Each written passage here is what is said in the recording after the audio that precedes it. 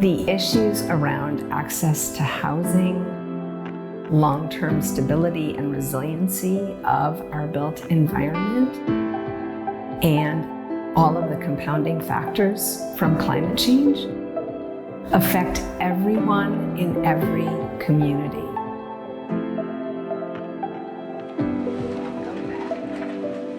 We're good?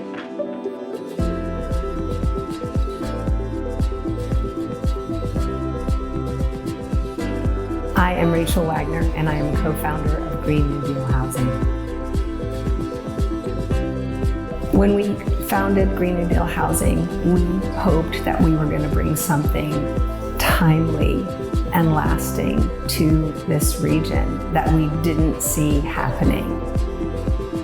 And that was to bring sustainable, long-term, affordable, climate-appropriate housing to our region, and simultaneously train and stimulate the broader workforce to participate in a widespread transformation of how we build and inhabit housing.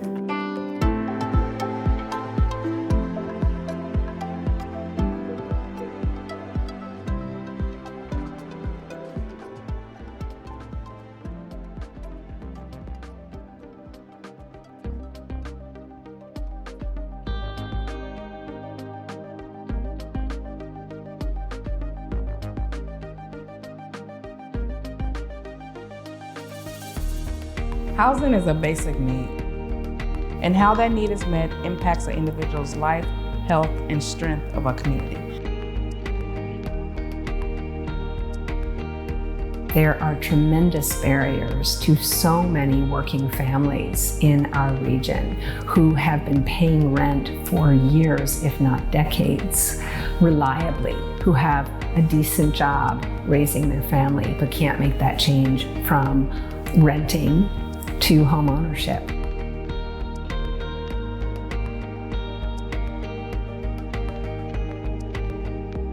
There is a historic and present imbalance in the system that greatly impacts some residents' ability to meet their basic needs versus others. My name is Christine Piasecki. I sit on the board of directors for Green New Deal Housing. I'm an enrolled member of the Couchiching First Nation in Ontario, Canada.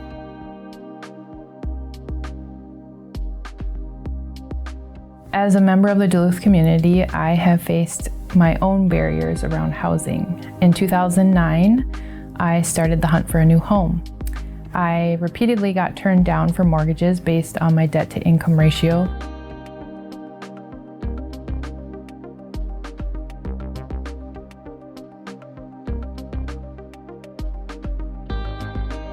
So I turned to renting a home. I have been paying, at minimum, $1,200 a month for 13 years, which is about $200,000 total that I've paid at least in rent. I could own a home today, but I don't. Disparities in wealth, income, and opportunities are not only unjust, they are unsustainable.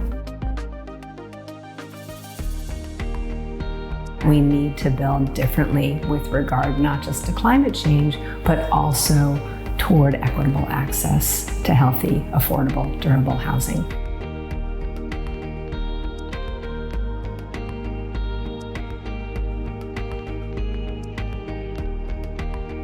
My name is Amber, and I'm a wife and the mother of 5 children. I've been living in the Duluth area for about 30 years, and I'm also on the Green New Deal Housing Steering Committee. I work at Essentia Health as a research coordinator, and my husband works at the casino as a supervisor. We're in an income bracket that's just too high to get any help, but it's too low for us to afford proper housing, including rentals and buying a house.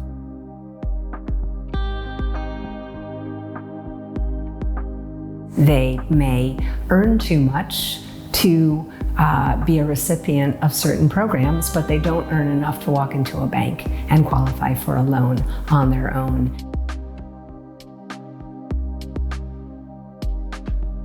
I'm an accountant with a 4-year degree. I earn an above average salary and I cannot own a home. And that's why I find myself diving into this work to cultivate solutions for this housing crisis. We are constantly looking at the issues that we're trying to address with as complex a perspective as we think they deserve.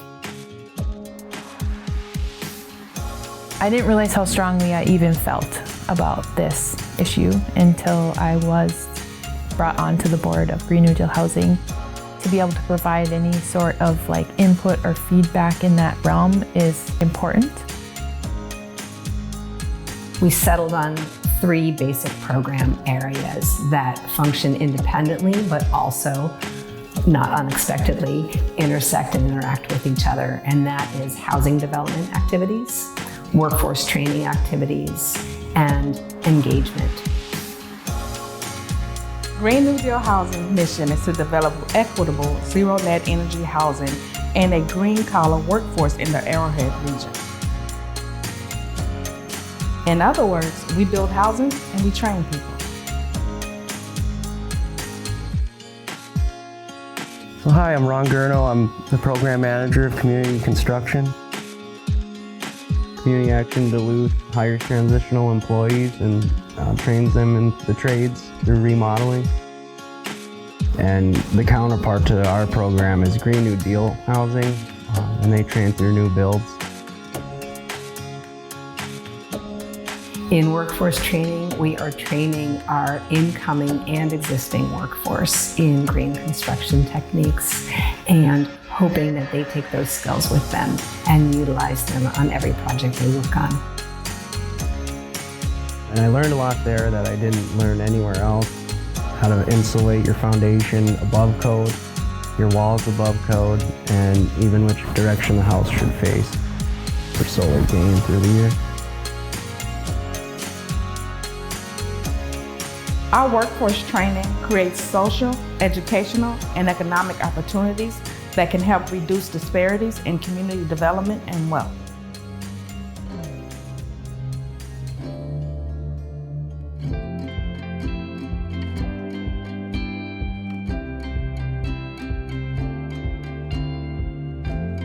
This home will have low operating costs and low maintenance costs, and so it represents a big opportunity for a household to build wealth, to move into something that is healthy, that is durable, and that can be sustaining for generations.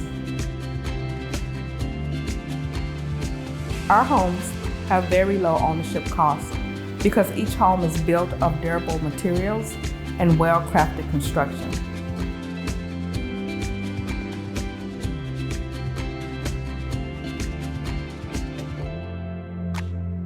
Just like we need appropriate clothing in Duluth's cold weather, our homes need appropriate insulation and air sealants to keep its occupants comfortable.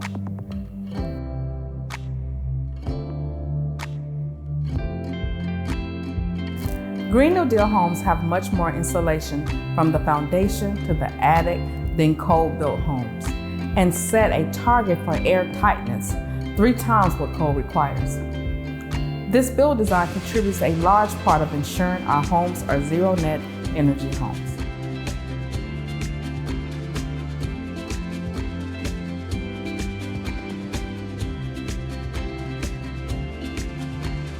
Not only are they taking into account the barriers that people face when purchasing a home, they are also considering the impacts on the environment, and they are assuring that our children's children will have sustainable homes.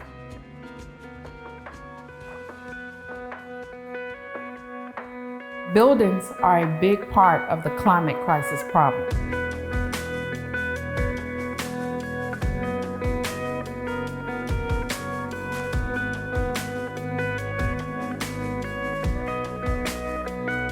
Hello, my name is Jeff Curtis. I was a professional photographer for the majority of my career, and in 2017 we kind of course corrected and moved to Minneapolis from Sydney, where I joined an 80-year-old family business specializing in HVAC distribution. HVAC contributes to an estimated 15% of global greenhouse gas emissions. We had to look in the mirror as a business and realize that we have to find ways to improve our own environmental impact. I saw a tremendous opportunity to work within our industry from the inside out and focus on electrification and decarbonization. Green New Deal homes are super efficient, burn no fossil fuels, and get all or most of their electricity from renewable energy. The CO2 emissions associated with a Green New Deal home are a small fraction of what a typical home emits. This is how homes need to be built to address the climate crisis. The Evergreen pilot was a way for us to really act on our sustainability principles and lean into electrification of our industry. New homes do not need fossil fuel for their energy. By building homes with efficient enclosures, electric appliances, and mechanical equipment, homes can be powered by electricity produced with clean, renewable energy.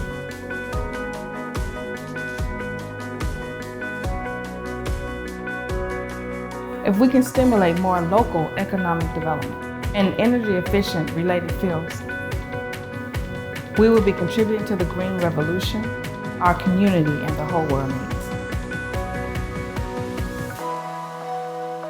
It is really gratifying to share the mission and the work of this organization with people from all over, every neighborhood, every walk of life in this community, and watch a light bulb go on for them.